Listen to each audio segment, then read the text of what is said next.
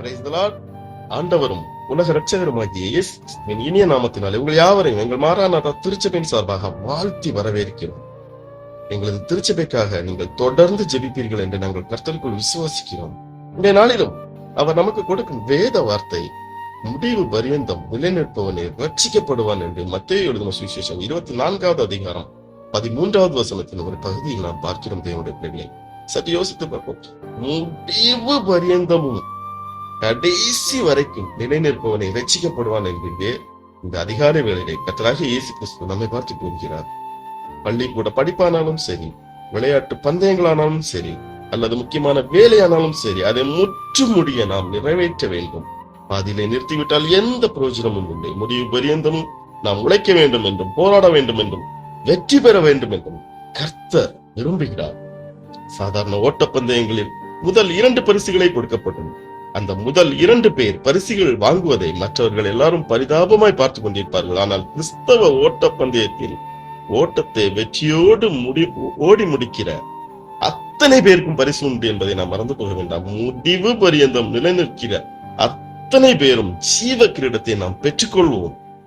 உலகத்தில் பல உபத்திரவங்கள் உண்டு, பல மன வேதனைகளோ, மன சஞ்சலங்களோ, மன போராட்டங்களோ என்ற உங்களுக்கு காணப்படலாம்.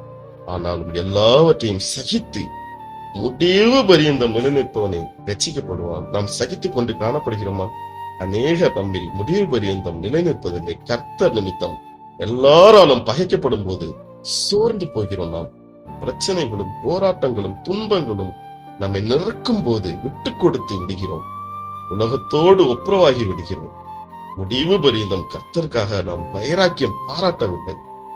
செத்த மீனுக்கு எந்த பிரச்சனையும் இல்லை. தண்ணீர் எந்த பக்கமெல்லாம் அடித்து செல்கிறது அந்த பக்கமெல்லாம் அது இழுக்கப்பட்டு சென்று கொண்டே இருக்கும். ஆனால் உயிருள்ள மீன் அப்படி அல்லது ஒரு பிள்ளைகளே, அது வெள்ளத்தை எதிர்த்து நீந்தி வருகிறது. நாம் செத்த மீனாக காணப்படுகிறோமா அல்லது உயிருள்ள மீனாக காணப்படுகிறோமா? பாடுகளையும் கஷ்டங்களையும் மகிழ்ச்சியோடு நாம் சகித்துக் கொண்டிருக்கிறோமோ? அது போல நம்முடைய ஜீவனாகிய இயேசு கிறிஸ்து இருப்பார் என்றால் உலக ஆசைகள் நம்மை மேற்கொள்ளாதபடி நாம் பாதுகாத்துக் கொள்ள வேண்டும்.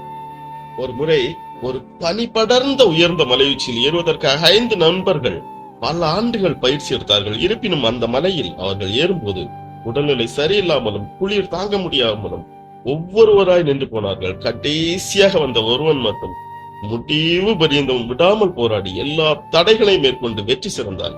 உலகம் அவனை பாராட்டி கௌரவித்தது.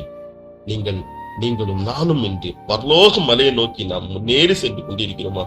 இயேசு நடந்த அடிச்சுவடுகளின் பாதைகளில் நாம் நடந்து கொண்டிருக்கிறோமா? எந்த சூழ்நிலையிலும் நாம் சோர்ந்து போய்விடக்கூடாது. தேவனுடைய பிள்ளைகளை, முடிவு பரியந்தம் என்கிற உறுதி நமக்குள் இருக்க வேண்டும். கலப்பையின் மேல் தன் கையை வைத்து பின்னிட்டு பார்க்கிற எவனும் தேவனுடைய ராஜ்யத்துக்கு தகுதி அல்ல என்று வேதாகமம் தெல்ல தெளிவாக கூறுகிறது. ஆகவே இன்று நாம் முடிவு பரியந்தம் கர்த்தருக்காக நாம் நிலைநிற்போம். கர்த்தர் நம்மை ஆசீர்வதிப்பாராக. ஜெபம் செய்வோம். பரலோக பிதாவே, எங்கள் வாழ்வில் விழுந்து போன இடங்களை எங்களுக்கு உணர்த்தும் தேவனே, மீண்டும் விழாதபடி உங்களை காத்தருளும். முடிவு பரியந்தம் உமக்காக பிரியமாக வாழ உமது அருளை எங்கள் மேல் கிருபையாய் ஊற்றும். இயேசு கிறிஸ்துவின் மூலமாய் ஜெபிக்கிறோம் எங்கள் ஜீவனுள்ள நல்ல தகப்பனே. ஆமென், ஆமென். ஆம் தேவனுடைய பிள்ளைகளே, நாம் முடிவு பரியந்தம் நின்று இன்றைய நாளில் உள்ள ஆசீர்வாதங்களை பெற்றுக்கொண்டு வாழுவோம். கர்த்தர் நம்மை ஆசீர்வதிப்பாராக. ஆமென்.